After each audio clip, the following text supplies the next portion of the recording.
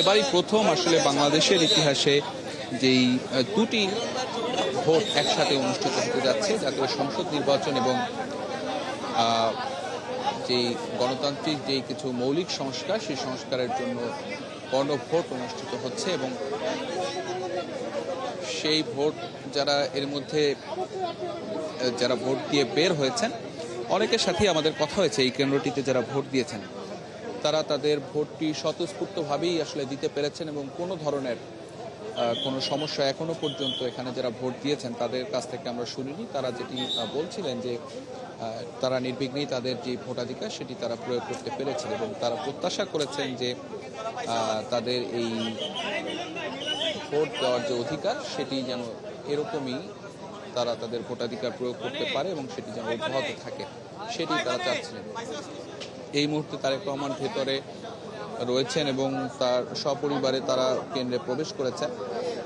তারা তাদের ভোটাধিকার প্রয়োগ করবেন। আপনি জানেন তারেক রহমান এবং তার স্ত্রী জুবাইদা রহমান, মেয়ে জায়েমা রহমান, তারা সপরিবারেই এখানে ভোটটি দিবেন। তারা সবাই এই ঢাকা 17 আসনের ভোটার। একটি বিষয় বলে রাখি, Gulshan model high school and college এটি ঢাকা 17 আসনের অন্যতম একটি কেন্দ্র। এখানে হেভিওয়েট অনেকেই আসলে ভোট দিতে আসছেন। আমরা অর্থ উপদেষ্টার কথাও জানি, তিনিও এই আসনটিতে ভোট দিবেন। এই আসনের মোট যে ভোটার সংখ্যা সেটি কিন্তু 3,44,000-এর কিছু বেশি ভোটার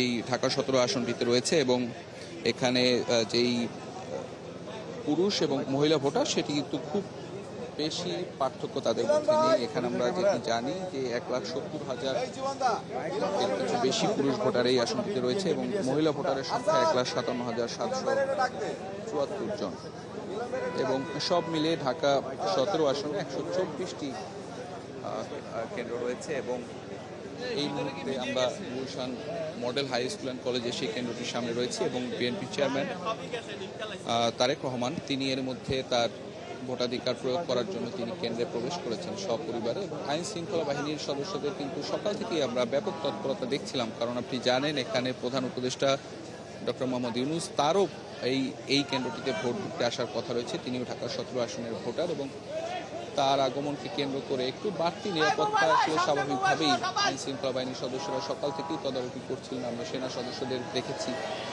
তারা এই কেন্দ্রের সামনে যে সড়কটি সেই সড়ক থেকে বেশ কয়েকবার তাদেরকে আমরা টহল দিতে দেখেছি। এছাড়াও পুলিশ, বিজিবি, র্যাব সদস্যদেরকেও আমরা দেখতে পেয়েছি। টাই এলো ইনোভার, যেন আপনি লাইফে থাকেন রেডি প্রতিদিন। Innova, designed for now.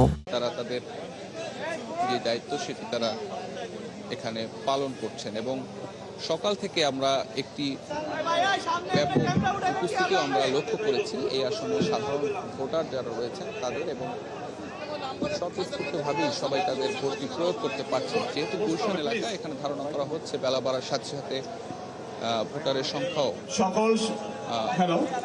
সকল সাংবাদিক ভাইদের এখানে সবাই অপেক্ষা করছে।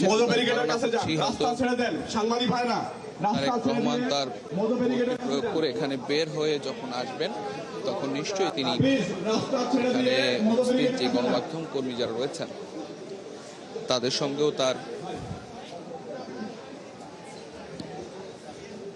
কথা বলবেন এবং ভোট নিয়ে আসলে তার যে আজকের মন্তব্য সেটি আমরা তখন শুনতে পারবো এমনটি আশা করব। সবাই অপেক্ষা করছেন। আমরা যতদূর জানি এই কেন্দ্রের 201 নম্বর কক্ষে পুরুষদের জন্য যে নির্ধারিত কক্ষগুলো আছে সেখানে 201 নম্বর কক্ষে তারেক রহমান তার ভোটটি দেওয়ার কথা রয়েছে।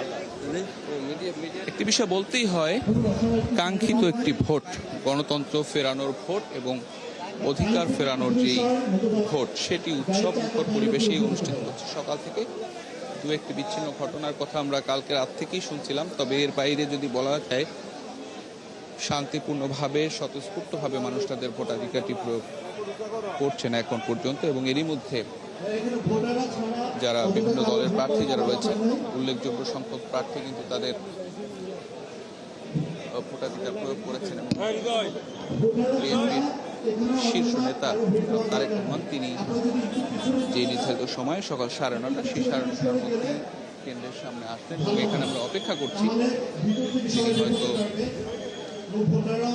তার ভোটটি দিয়ে এখানে বের হয়ে গণমাধ্যম কর্মীদের সঙ্গে তার যে মন্তব্য সেটি আমরা জানতে পারবো আজকের এই ভোটকে কেন্দ্র করে। ব্যাপক একটি উপস্থিতি আমরা লক্ষ্য করছি, সাধারণ মানুষ অনেকেও এখানে এসেছেন এবং এর মধ্যে আপনি জানেন যে প্রধান উপদেষ্টা ডক্টর মোহাম্মদ ইউনূস তারও এই কেন্দ্রটিতে ভোট দিতে আসার কথা রয়েছে। সেক্ষেত্রে একটু বাড়তি নিরাপত্তা ব্যবস্থা আইন শৃঙ্খলা বাহিনীর পক্ষ থেকে আমরা দেখতে পাচ্ছি। এখানে বেশ দেশের বাইরের যে গণমাধ্যমগুলো রয়েছে তাদেরও একটি উল্লেখযোগ্য সংখ্যক উপস্থিতি আমরা এখানে লক্ষ্য করছি। পাশাপাশি বিদেশ থেকে যে পর্যবেক্ষক যারা এসেছেন তাদেরকেও আমরা দেখেছি।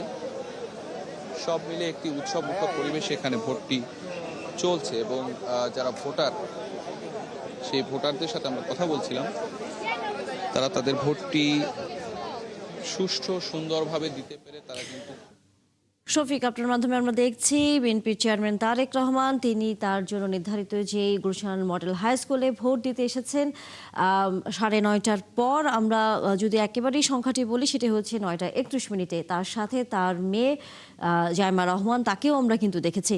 এবং যেহেতু ভোটটি হবে দুটি ব্যালটে, আমরা দেখেছি তারেক রহমান তার যে প্রক্রিয়াটি ভোট প্রদান করার আগে তার ভোটার নাম্বার, ভোটের যে ব্যালট সেটি তিনি সংগ্রহ করেছেন এবং এই মুহূর্তে তিনি গোপন কক্ষে গিয়েছেন এবং সেখানে তার মার্কায় হয়তো ভোটটি দিয়ে তিনি কিছুক্ষণের মধ্যেই স্বচ্ছ ব্যালট বক্সে সেই ব্যালটটি সেখানে ফেলবেন, সেটি আমরা হয়তো প্রক্রিয়াটি জানি। যদিও গণমাধ্যম কর্মীরা এর মধ্যে সেখানে অবস্থান করছেন, দেশি বিদেশি আমরা লক্ষ্য করছি এবং একই সাথে কিন্তু সবাই অপেক্ষা করছেন তারেক রহমান নিশ্চয়ই এই ভোট প্রদানের প্রক্রিয়াটি শেষ হওয়ার পর গণমাধ্যম কর্মীদের সাথে কথা বলবেন। আমরা জানি যে দীর্ঘ 17 বছর পর সাধারণ মানুষ ভোট দেওয়ার, তার পছন্দের প্রার্থীকে নির্বাচিত করবার, তার পক্ষের জনপ্রতিনিধি থেকে নির্ধারণ করবার সুযোগ পাচ্ছে, যার জন্য সকাল থেকে আমরা দেখেছি বিভিন্ন কেন্দ্রে ঢাকা এবং ঢাকার বাইরের সাধারণ ভোটারদের উপস্থিতি। তারেক রহমান যে কেন্দ্রে আছেন সেখানেও কিন্তু আমরা দেখেছি তার আগে সাধারণ ভোটারদের উপস্থিতি এবং একই সাথে তারাও কিন্তু সেই ভোট কেন্দ্র এসে তারা ভোট দিবেন সেই খবর কিন্তু আমাদের সহকর্মীদের মাধ্যমে আমরা পাচ্ছিলাম। নিশ্চয়ই দর্শক আপনারা দেখতে পাচ্ছেন আমাদের সাথে তারেক রহমান ব্যালট বক্সে তার ব্যালটটি ফেলেছেন, যতটুকু আমরা ছবিতে দেখতে পেয়েছি। অর্থাৎ ভোট প্রদানের যে প্রক্রিয়াটি সেটি সম্পূর্ণ আমরা বলতেই পারি তারেক রহমানের এই মুহূর্তে, এবং তিনি ভোট কেন্দ্র থেকে বের হচ্ছেন। ধারণা করছি আমরা কিছুক্ষণের মধ্যেই তিনি গণমাধ্যম কর্মীদের সাথে ভোটের সার্বিক পরিস্থিতি নিয়ে তিনি প্রতিক্রিয়া জানাবেন। নিশ্চয়ই তার কথায় গত কয়েকদিনের নির্বাচনী প্রচারণা, শেষ মুহূর্তে ভোটারদের প্রতি তার আহ্বান, সেগুলো নিশ্চয়ই থাকবে বলে আমরা ধারণা করে থাকি। এবং যেমনটা বলছিলাম যে তার সাথে তার মেয়ে জাইমা রহমান তিনিও আছেন এবং তিনিও এই কেন্দ্রেরই ভোটার। ধারণা করা হচ্ছে যে মহিলা ভোট কেন্দ্রের যেই বুথগুলো রয়েছে এই কেন্দ্রের, সেখানে নিশ্চয়ই তিনি ভোট প্রদান করবেন, সেরকম ধারণাই হয়তো আমরা করতে পারি। তারেক রহমান এখন কেন্দ্র থেকে নেমে তিনি হয়তো গণমাধ্যম কর্মীদের সাথে কথা বলবেন আমরা ধারণা করতে পারি। এবং যেমনটা বলছিলাম যে আমাদের সহকর্মীও বলছিলেন যে দীর্ঘ 17 বছর পর তারেক রহমান তার ভোট প্রদান করার প্রক্রিয়াটি সম্পূর্ণ করেছেন এবং নতুন যে বাংলাদেশের কথা তিনি বারবার বলেছেন তার নির্বাচনী প্রচারণায়, এবং একটি কথা তিনি বারবার বলেছেন যে সবার আগে বাংলাদেশ। অর্থাৎ তিনি যদি নির্বাচিত হয়ে আসেন, সরকার গঠন করতে পারেন, তাহলে দেশের মানুষের উন্নয়নের জন্য সবার আগে নিজের দেশকে তিনি এগিয়ে রাখবেন। দেশের মানুষের জন্য তিনি যেসব পরিকল্পনায় এরই মধ্যে নির্বাচনী প্রচারণায় দিয়েছেন, তিনি প্রত্যাশা করেন যে যদি তিনি নির্বাচিত হয়ে সরকার গঠন করতে পারেন তাহলে সেই তার সাধারণ মানুষকে দেয়া যে কথা সেগুলো তিনি পূরণ করতে পারবেন। এবং আমরা ধারণা করছি যে কিছুক্ষণের মধ্যেই, কারণ ভোট কেন্দ্রের ভোট প্রদান শেষ করে তিনি এই মুহূর্তে কেন্দ্রের বাইরে বের হয়েছেন এবং সেখানেই হয়তো তিনি গণমাধ্যম কর্মীদের কাছে তার প্রতিক্রিয়া জানাবেন বলে আমরা ধারণা করতে পারি।